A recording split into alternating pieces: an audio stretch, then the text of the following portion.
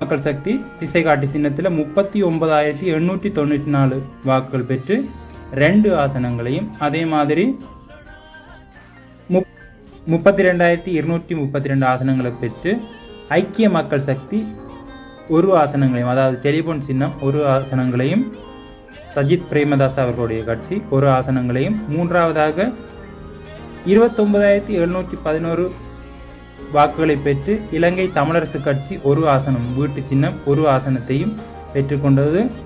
மொத்தமாக 4 ஆசனங்கள் தவிர அடுத்ததாக 21,102 வாக்குகளை பெற்று, அதே போல 21,102 வாக்குகளை பெற்று ஜனநாயக தமிழ் தேசிய கூட்டணி 1 ஆசனத்தை பெற்றுக்கொண்டது. அதே போல 17,710 வாக்குகளை பெற்று இலங்கை தொழிலாளர் கட்சி 1 ஆசனத்தை பெற்றுக்கொண்டது.